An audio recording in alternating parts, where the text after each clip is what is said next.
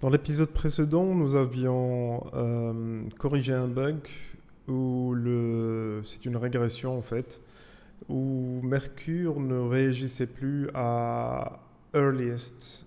Earliest, c'est une constante qui est envoyée par le client en tant que last event ID et qui lui indique qu'en fait le client désire avoir toutes les updates qui sont dans la base de données. Donc,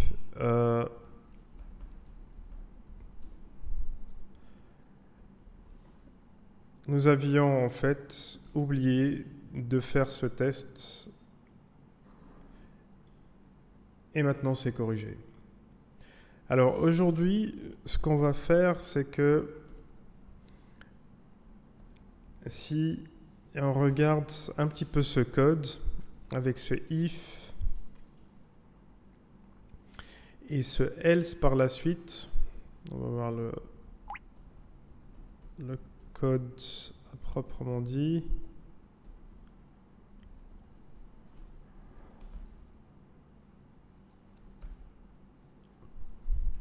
Voilà, ça c'est notre dispatch history. Donc ce que fait ce code, c'est qu'il commence par obtenir un curseur avec notre fonction cursorSeek. Il voit s'il y a une erreur. Et si c'est une erreur, en fait, il s'agit de l'erreur qui correspond au fait que nous n'avons pas de base de données, donc il n'y a pas de données. Et donc il retourne. Mais sinon, il teste, il voit si le client veut avoir toute la base de données, earliest last event ID, auquel cas il initialise le curseur au premier élément. Sinon, il commence par le prochain élément. Donc le curseur c'est next et c'est le prochain élément. Et si le prochain élément est la clé du prochain élément est nil, ça veut dire qu'on est déjà au dernier élément de la base de données, le dernier update dans la base de données. Et du coup, on log une erreur et on sort aussi. Alors, là, ce qu'on constate, c'est que en réalité, ce test if k égale nil, en réalité, c'est aussi une erreur qui pourrait être détectée directement dans notre fonction cursorSeek. Donc, une factorisation évidente serait de faire entrer tout ce code dans cursorSeek et faire en sorte que cursorSeek retourne deux types d'erreurs. Et ça serait du coup plus logique. Donc, dès le départ, on pourrait détecter un type d'erreur qui correspond au fait que la base de données est vide, no data, et un autre type d'erreur qui correspond au fait que l'idée demandée par le client n'a pas été trouvée. Donc on va faire ça. Alors, la manière de faire ça, alors notre fonction cursorSeek, c'est celle-ci. Et donc vous voyez là, donc dès le départ, donc il essaie de créer un bucket avec le bucket name fourni. Et si il n'arrive pas à créer le bucket, donc ça veut dire que le bucket n'existe pas et donc il n'y a pas de données actuellement. Et du coup, il retourne une erreur. Format error. Donc, ce qu'on veut faire, en fait, c'est... Donc, s'il n'y a pas d'erreur ici, donc ce qu'il fait, c'est qu'il crée un curseur à partir de bucket. Et ensuite, il fait une avance rapide. Donc, c'est une boucle for qui boucle sur les éléments de la base de données jusqu'à trouver le last event ID demandé par le client. Et auquel cas, il retourne le curseur qui est du coup initialisé à l'élément désiré. Donc, on n'a plus qu'à boucler sur la suite de la base pour trouver les updates qui sont les updates suivantes demandées par le client. Donc, dans le cas où il ne trouve pas l'élément demandé, le last event ID demandé, en fait, ce qui va se passer, c'est que ici, tout simplement, le cas, il va être nul. Donc, ce qu'on va faire, c'est, en gros, on va faire un test ici. If k égale nil, donc on va retourner une erreur. ID not found. Et ça, ça pourrait être l'ID demandé. Donc, s last request ID. Un truc comme ça. Alors, ça fonctionne, sauf que là, ce qu'on fait, c'est qu'on retourne une erreur simple qui est en gros une chaîne de caractères.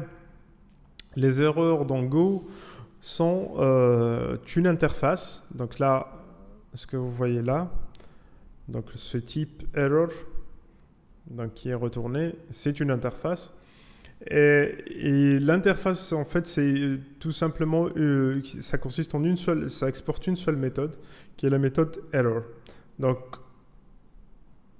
n'importe quel type qui exporte une méthode error pourrait être une erreur et pourrait être retourné par notre fonction et traité comme tel. C'est une convention, donc il est traité comme une erreur par pratiquement tous les programmes de Go. Mais ici, si on va retourner une erreur simple, donc dans notre programme, ici, donc, on est en train de tester si l'erreur est nil. Or, cette erreur simple-là, la seule manière de voir si on retourne deux types d'erreurs, comme on fait là actuellement, de voir quel est le type exact de l'erreur, ça serait de tester le message de l'erreur, de voir ce qui n'est absolument pas très propre. Donc, ce qu'on va faire, par contre, c'est de créer un nouveau type d'erreur et coder en fait les erreurs, d'avoir des numéros d'erreurs correctement codés pour qu'on puisse identifier de quel type d'erreur il s'agit. Donc, je vais d'abord créer mon type d'erreur. Je vais appeler ça cursor error. Et mon cursor error, en fait, je vais faire le truc le plus simple, c'est que je vais donc coder mes erreurs en tant qu'entier. C'est le classique, hein, c'est des numéros d'erreur. Et donc, je vais lui mettre le type uint. Et comme j'ai dit, donc, les erreurs dans Go, c'est tout simplement tout ce qui exporte l'interface error. Donc, je vais ajouter à mon nouveau type l'erreur.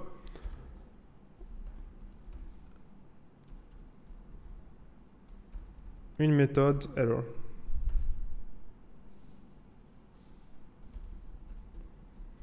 Qui retourne string. Et voilà. Maintenant, nous avons une erreur qui correspond à l'interface error. Alors,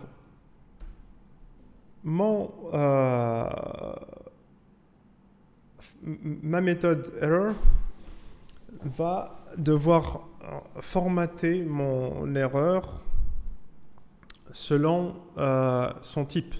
Donc là, ce que je vais faire aussi, c'est de déclarer des constantes pour les types d'erreurs que je veux avoir. Alors, je vais d'abord déclarer mon erreur noData.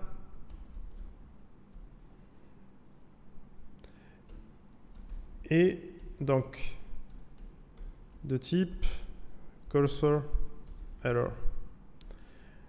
Et la seconde erreur, c'est ID not found. Alors, si je fais ça, j'ai deux constantes sur lesquelles je peux tester.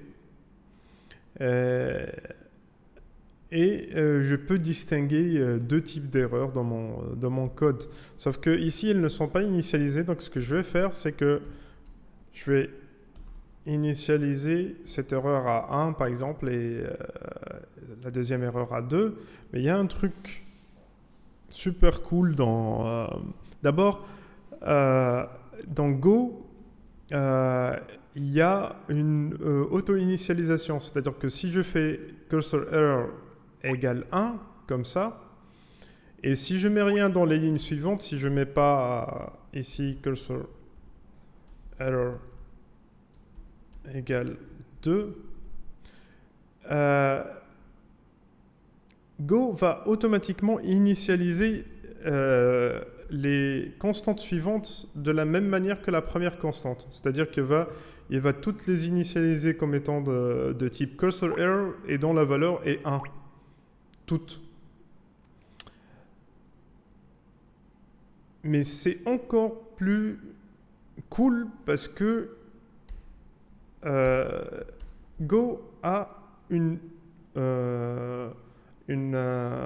expression spécifique qui s'auto-incrémente pendant les constantes, et c'est iota. Si je fais ça, je mets 1 plus iota, donc il va initialiser toutes mes constantes à 1 plus iota, qui s'auto-incrémente de 0 à l'infini. Et du coup, ma deuxième constante là, elle aura la valeur 2. C'est magique. Donc là, j'ai mes constantes. Donc, error no data et error ID not found de type cursor error. Et je vais faire un message correspondant à chacune d'elles avec un switch. Donc, dans le cas où E égale error no data, donc on va retourner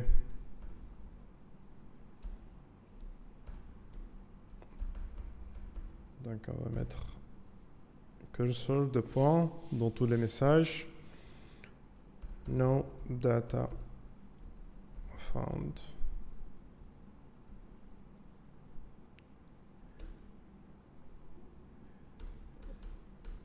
Et dans le cas où E égale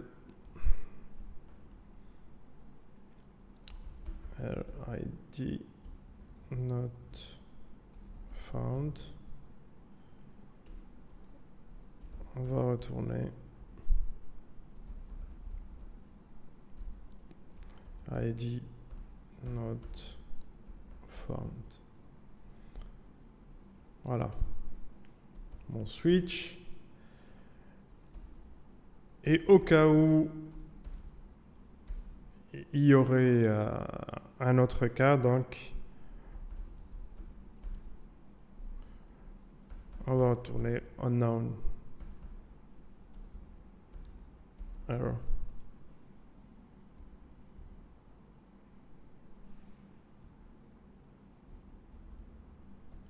Ça devrait être bon.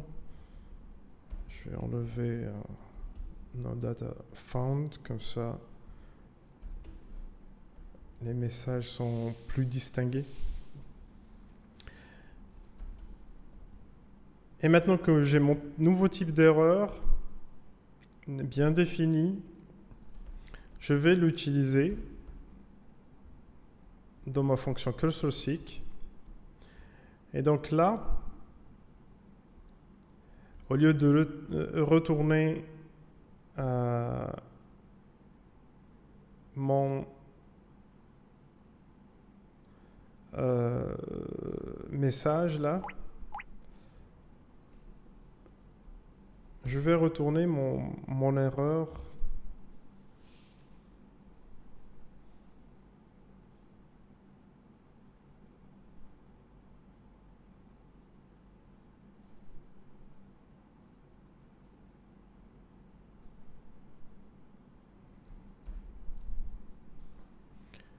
customiser. Donc je vais tout simplement attribuer l'erreur correspondante, donc error no data dans ce cas-ci. Et là, je n'ai pas besoin de ça parce que j'ai déjà déclaré mes variables de retour. Donc C sera initialisé à nil de toute façon. Et mon erreur aussi, parce qu'elle est de type de type interface.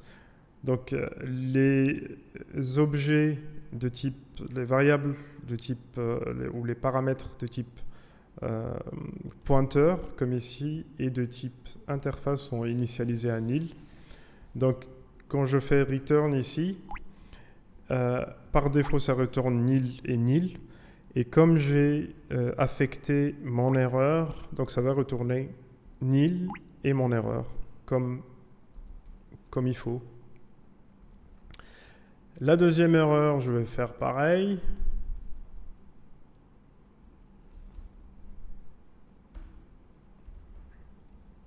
Et mettre mon deuxième type d'erreur, ID not found. Voilà. Et comme ça, en fait, ça devrait me retourner des erreurs bien distinguées que je peux tester correctement. Je retourne à mon dispatch history. Et là, donc, je vais...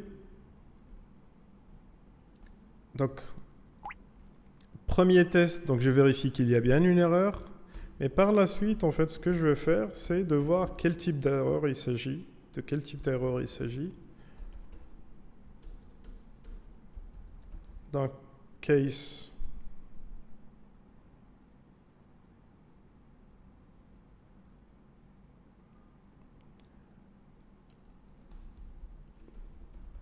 premier type data no data. Ok, j'ajoute un break ici. Et un deuxième cas,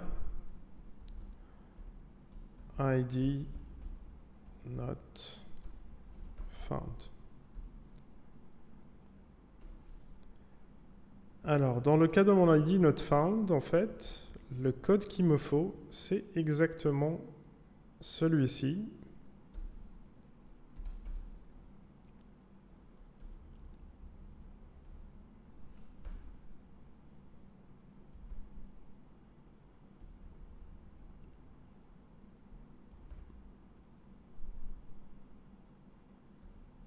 Mon retour nil est inutile. Je referme mon switch.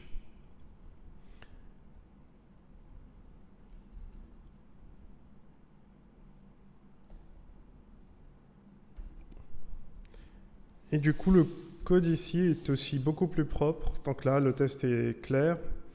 Donc, si le last event ID demandé par le client n'est pas le earliest, et le earliest, donc on commence par le premier élément de la base.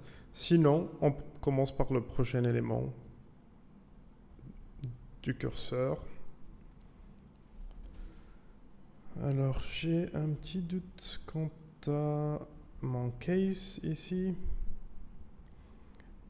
Non, ça marche. Non, j'ai une petite erreur de syntaxe. Et aussi, mon E égale ici. Cette forme marche, hein, mais cette forme est plus compacte.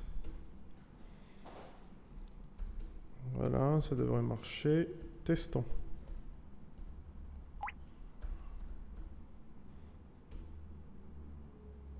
Undefined key. Je sais ce que c'est. Alors, donc ça c'est l'erreur habituelle, erreur de débutant. Donc à chaque fois je tombe dans le même panneau. Donc ici les variables donc k qui est initialisé ici dans la boucle for. Donc, elle a un contexte défini au bloc, au niveau du bloc. Donc, ce qu'il voit ici, c'est juste une variable non initialisée sur laquelle j'essaie de tester. La variable k ici, elle ne correspond à rien que j'ai initialisé en fait. Donc ce que je vais faire, c'est que je vais sortir ma variable k ici du bloc.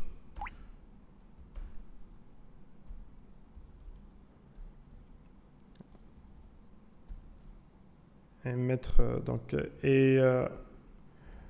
l'incrémentation de la variable, je vais la faire entrer dans le bloc aussi. Voilà. De cette façon, donc j'ai ma variable qui est initialisée ici et je peux tester ma variable par la suite avec ce k égale nil. Voyons voir si ça marche.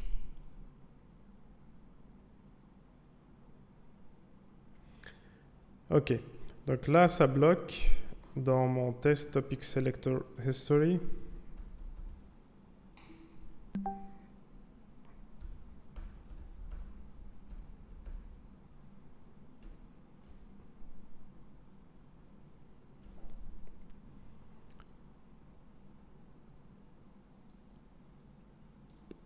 On va voir de quoi il s'agit.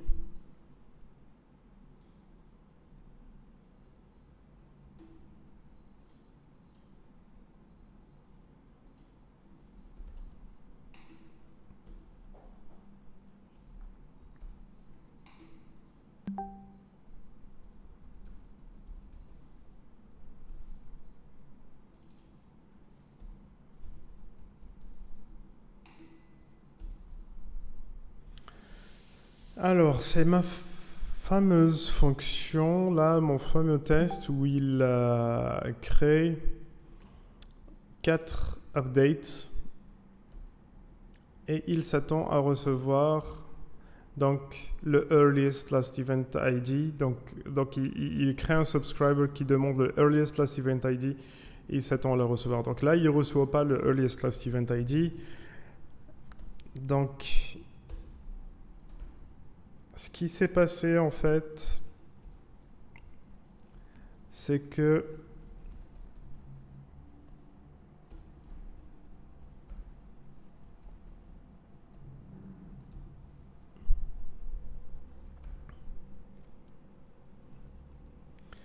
donc ici,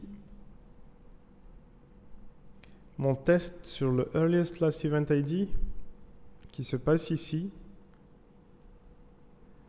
et qui devrait aller initialiser mon curseur à first. Mais le problème là, c'est que en fait, il n'arrive jamais ici. Parce que si le last event ID demandé est earliest, ce qui va se passer, c'est que en fait, il va sortir avec une erreur ID not found. Parce que earliest n'existe pas dans la base de données. Donc ce que je vais faire, c'est que je vais sortir de la boucle plutôt dans mon cursor seek.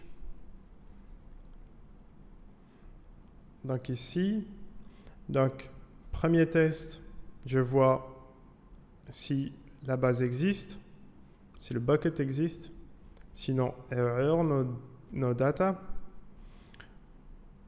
Mais sinon, je vais immédiatement tester si l'utilisateur demande le earliest last event ID. Et dans ce cas-là, je ne vais pas retourner une erreur pour que le code puisse continuer. Donc, ce que je vais faire, c'est que je vais initialiser le curseur pour pouvoir le retourner ici. Et par la suite, je vais faire mon test.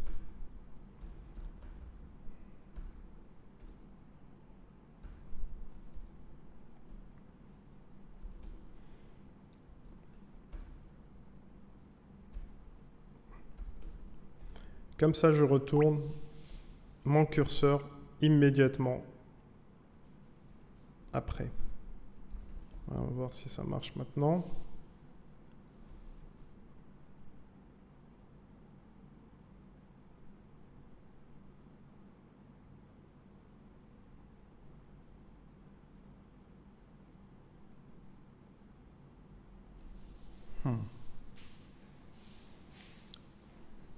Ça a l'air de bloquer.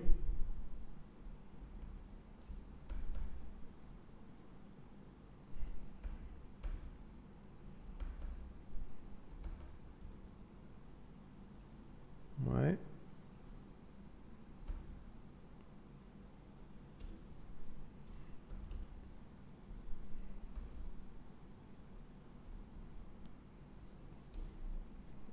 Alors, qu'est-ce qui se passe?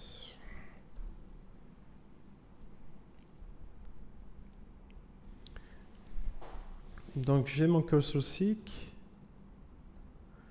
qui devrait me retourner une erreur s'il n'y a pas de données. Donc sinon, si l'utilisateur demande de earliest last event ID, on retourne. Sinon, on boucle jusqu'à se trouver le last event ID demandé par l'utilisateur à partir du premier élément de la base. Si on ne trouve rien, on retourne une erreur, ID not found.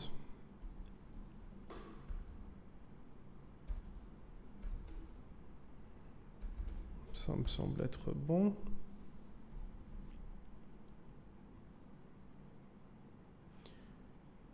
Donc là, la première chose que je fais, c'est cursor seek. Ça me retourne le curseur.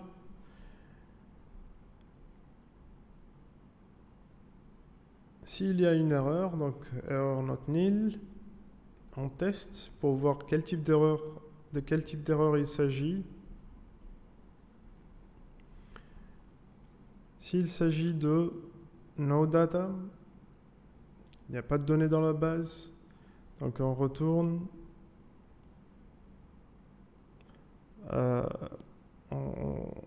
On ferme la requête en retournant un header avec earliest last event ID. S'il s'agit d'une erreur de ID not found, l'ID n'a pas été trouvé,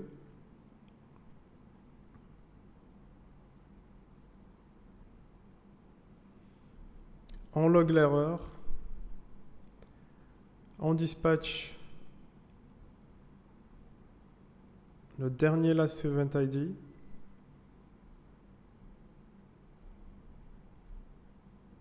et on retourne. Sinon, tout va bien. Si l'utilisateur a demandé le earliest last event ID, on commence par le premier élément de la base.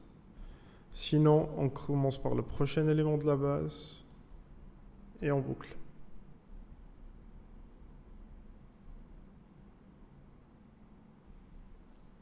Pourquoi ça marche pas?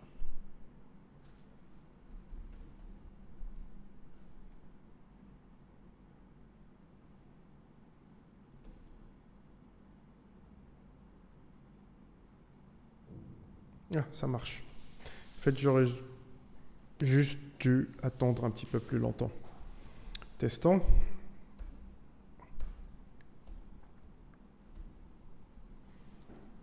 Donc, je lance le serveur. Je fais mon test habituel. Je m'inscris. Je publie 3 événements. Je prends le deuxième événement et je le demande comme last event ID. Donc il devrait me retourner cet événement-là qui est l'événement suivant. Désinscrit, je me réinscris et c'est bon. Alors je vais faire encore un autre test qui est de tester avec earliest et qui devrait me retourner toute la base. Ça retourne toute la base. Donc ça fonctionne. Je n'ai plus qu'à faire un commit. À la prochaine.